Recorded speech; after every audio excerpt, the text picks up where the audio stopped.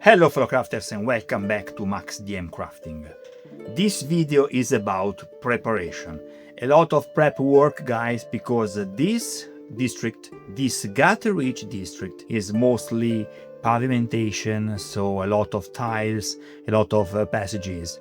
And I need to find a place for some 3D printed stuff that actually, I could build that, of course, but they are time saving, so they are just beautiful details and a juicy add-on to this game board.